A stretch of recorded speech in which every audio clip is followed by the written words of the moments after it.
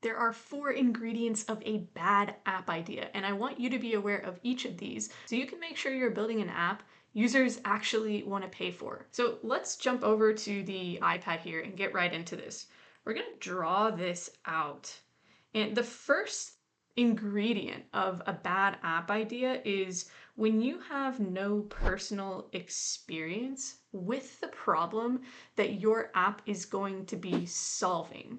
Now, this is really important, and here's why. We really want 3 things to be able to happen.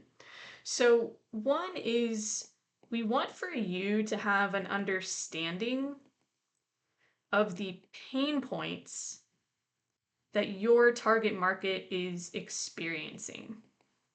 Okay, so pain points are frustrations, irritations that people are experiencing because of a problem. So a pain point could be an inconvenience in their lives. It could be something that is causing them to not be able to make a certain amount of money in their business. Maybe it's a bottleneck that's taking up a bunch of time in their business. And pain points usually have a ripple effect too, and they affect, other parts of a business or other parts of someone's life. You want to be able to understand these pain points in a way to where you can convey them to someone else appropriately. So imagine this. Imagine you're talking with a friend who is experiencing some sort of frustration, and they're kind of venting to you about it. But you've never actually experienced the problem that is causing these frustrations. Well, you can understand what your friend is saying and you can sympathize with them. But if you took what that person was saying and then tried to convey those frustrations to someone else in a way that resonates or in a way that conveys the frustration to that same level or that same degree, you're going to struggle. Because again, you can understand pain points or frustrations in theory and in a way that's going to help you sympathize with someone, but not in a way that's going to help you kind of translate that directly over to someone else. Now, you want to be able to understand pain points and frustrations caused by the problem that your app is going to be solving in a lot of depth.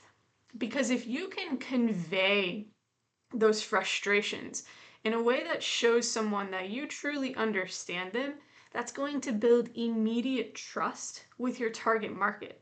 And that alone will help convert users onto your app. Okay? Now, another thing that we want is for you to have true knowledge of the problem. Now, this can sound a little bit redundant, but true knowledge of a problem means understanding the processes or the steps required in order to solve a problem. So let's say that a business has a marketing problem. Their problem is that they are not getting enough leads into their business, and therefore their sales are struggling. Now, the outcome that they want to be achieving is to have more leads and more sales, and thus a higher revenue. Now, you can understand all of this in theory, but if you've never actually experienced a marketing problem yourself, and you've never actually figured out ways to solve that marketing problem, then you're not going to understand how to create the processes, which in an app are features, in order to solve that problem. So you have to have different layers of understanding of this problem in order to build out a truly well-performing app. And by well-performing, I mean that it solves the user's problem. Okay, now the third thing we want are entry points. Now this one is a little bit different. If you understand the problem that your app is going to be solving and you have experience solving it, then that means you likely have connections within your target market of people who are also experiencing this problem. And what that means is that you also have entry points to your target market. So when you are building and launching your first version app, you want your first group of users and your first group of customers to be really easy to get. You don't want to have to create complex marketing campaigns or ad campaigns. You really just want to be able to go out to direct contacts, have real conversations, get them interested in your app, and convert them into being your first users that way. That's not scalable in the grand scheme of things, but it's what you need to do to get your first users. Now, again, when you have experience with the problem, right, you have experience solving it, you're going to have those connections, and it's going to make launching your app so much easier. So when you have each of these things, then that is going to put you in this sweet spot here, which is going to lead toward you having a better app idea. Okay, now going back over here, when you have each of those things, again, that's going to lead you to having really just more validation for your app idea. But when you don't have those things, it's going to create a disconnect. All right, a disconnect between you and your target market, and that's just really something that you don't want, because it's going to immediately create friction right out of the gates for you. Now, the second ingredient of a bad app idea is when you haven't had any conversations about your app idea to anyone within your target market. Right? Maybe you've told a few friends or family, but you haven't really had any conversations with people who would actually be your prospective users. Now, this to me is a definite ingredient of a bad app idea, because when you haven't had conversations with people about your app idea, usually there's two reasons. So one of these is fear of failure. Okay? If you're not having conversations, it might be because you are sort of scared that if you talk about your app idea, but then it doesn't end up being successful, that you are going to kind of have to come out as a failure. That's going to make you feel like a failure personally, or maybe you think that it's going to make you look like a failure in front of other people. But here's the thing I want you to understand about failure. A fear of failure, to me, really means that you're refusing, or you think you might not be willing to pivot. Okay, because failure is actually a choice. You only fail with something when you stop. And stopping is, of course, a choice. But you're not going to fail if you pivot. And that's actually what happens when you're building, launching, and growing an app, and really any business in general. You are constantly going to find obstacles and challenges in your way. That is inevitable. Really, it's just expected. It's kind of like what creates a real business, because every single challenge or obstacle is going to require you to pivot and overcome. Okay, now if you are not willing to pivot, that's a choice. That means you are stopping. But if you continue to pivot, then you're not really failing. So I want you to think about it from that perspective. Now, the second reason that people tend not to talk about their app ideas is because they are scared someone is going to steal their app idea, right? So their app idea is going to be stolen. Now, this type of fear, it's totally understandable. I get it. I mean, I've experienced it. Honestly, as a human, it's kind of hard not to feel this way. But fear of having your idea stolen, really at the root, just tells me there's a lack of a bigger picture vision. Because at the end of the day, if you're building an app, or really any product, right, that has a set of features, those features are copyable. Once your app is out on the market, the features can be copied or replicated literally by anyone. Okay?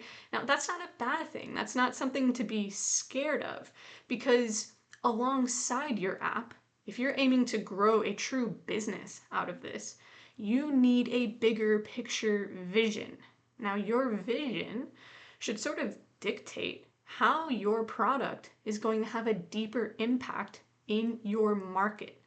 How is it going to change people's lives or their day-to-day experiences or their businesses, right? You have to have that bigger picture vision because features can always be copied. So if you're afraid that your app idea is going to be stolen if you're talking about it, then you really need to be thinking about your vision, not keeping that idea a secret. So when you're not having those conversations, it really tells me that you are scared. There's some sort of fear.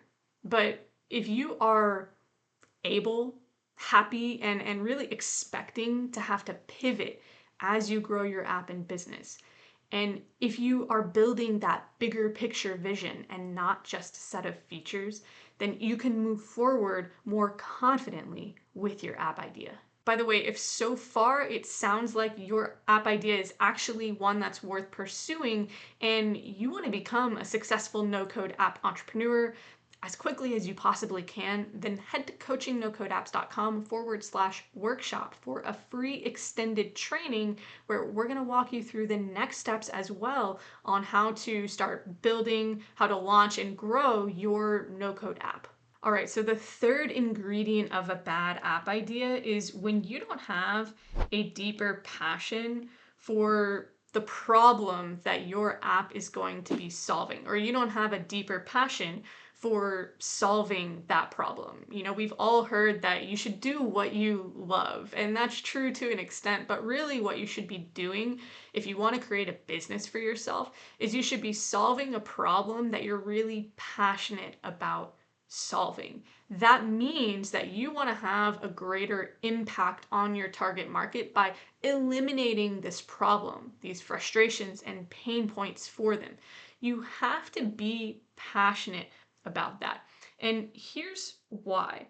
So if you are the type of person who is creating your app because you want to transition away from your current job, right? You have a 9 to 5 that you really don't like, and you want to create something of your own. Or maybe you do already have a business of some sort, but you're not doing what you really want to be doing for the long run.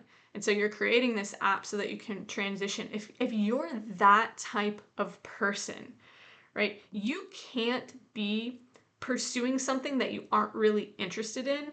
If you want to make it out to this point here, which this point we're going to call the lifestyle change, right? So here's the deal.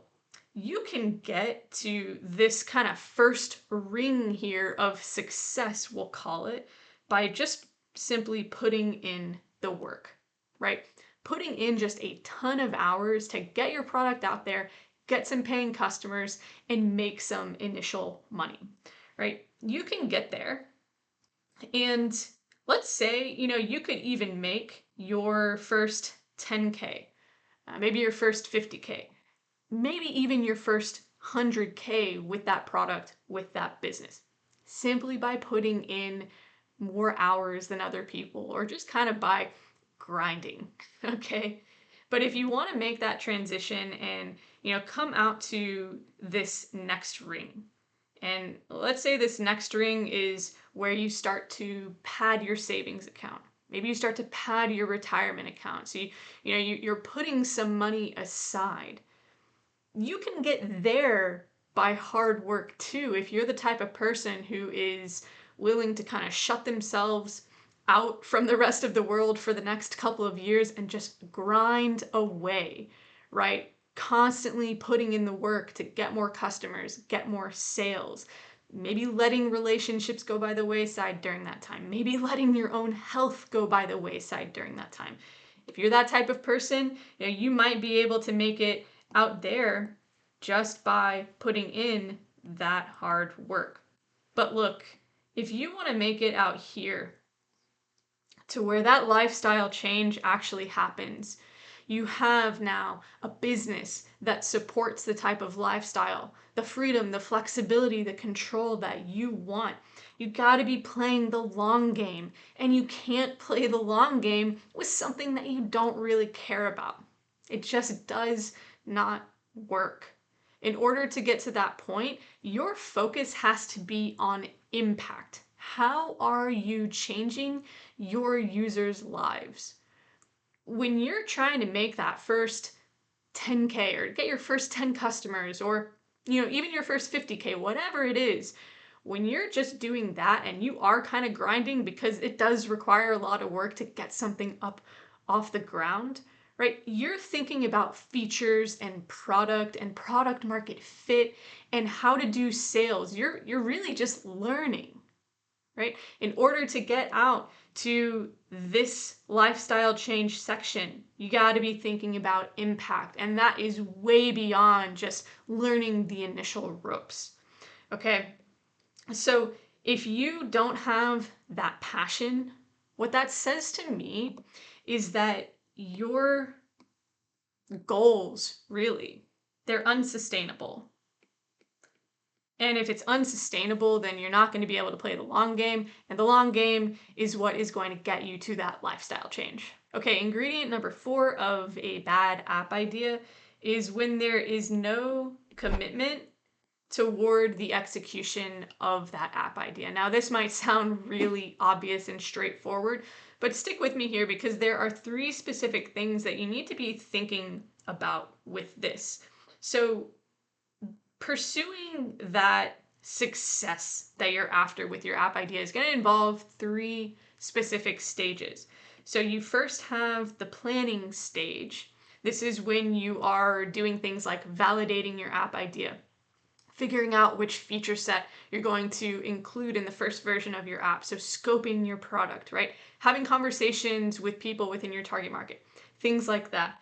Now, the second stage is the build stage. Now, this is when you are actually using no-code tools to build your product. You are learning how to use Bubble. Now, it's not just when you're building your app, though, assuming you're building your app yourself, it's also when you are developing your skill set. Now, when you're learning anything new that requires consistency, commitment, effort, time, work. So the build phase is really twofold, building your app and building that skill set. Now, the third phase is the grow phase. This is the most exciting. This is the most appealing. And obviously that makes sense because when you're growing, it means you actually have reached a certain milestone of assumingly making some money off of your product. And now you are growing that. So everyone wants to be in that grow stage. And what I've found is that most people spend most of their time thinking about that grow stage. Now, it makes sense for the reasons that we just said. But if you don't go through this plan and build stage correctly and you don't spend enough time here, then you're obviously never going to get to that grow stage, right? This is like climbing up a ladder where grow is at the top. Now, here's the thing. The plan stage and the build stage are also the least exciting. Now, that doesn't mean that there aren't interesting things that happen during those stages. I mean, especially if you're passionate about the problem that you're going to be solving. Planning out how you're going to be doing that, having conversations with people, learning how to use no-code tools in a way that will give you control over your product and building it out and learning all the intricacies of that. It can be really interesting.